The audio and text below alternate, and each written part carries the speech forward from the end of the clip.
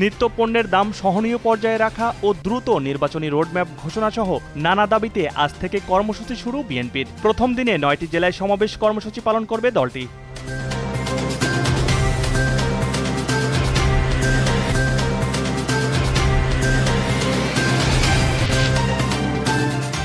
ভারতে বসে সম্প্রতি শেখ হাসিনা বক্তব্য দেওয়াতে বিভিন্ন ক্ষেত্রে জটিলতা তৈরি হয়েছে বলে মন্তব্য করেছেন ভারতীয় কংগ্রেসের সিনিয়র নেতা শশী থারুর। এমনকি তার বক্তব্যকে ঘিরে কংগ্রেস বিব্রত বলেও জানান তিনি।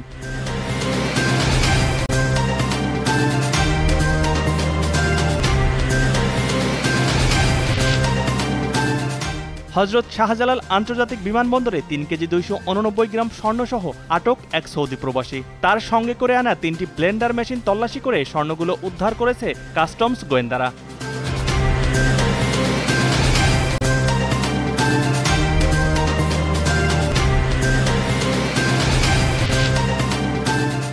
গাজায় আটক থাকা বন্দীদের মুক্তি অনির্দিষ্টকালের জন্য স্থগিত করেছে ফিলিস্তিনের স্বাধীনতাকামী সশস্ত্র গোষ্ঠী হামাস। এরপরেই গাজায় ফের যুদ্ধ শুরুর হুমকি দিয়েছেন ইসরায়েলের প্রধানমন্ত্রী বেনিয়ামিন নেতানিয়াহু।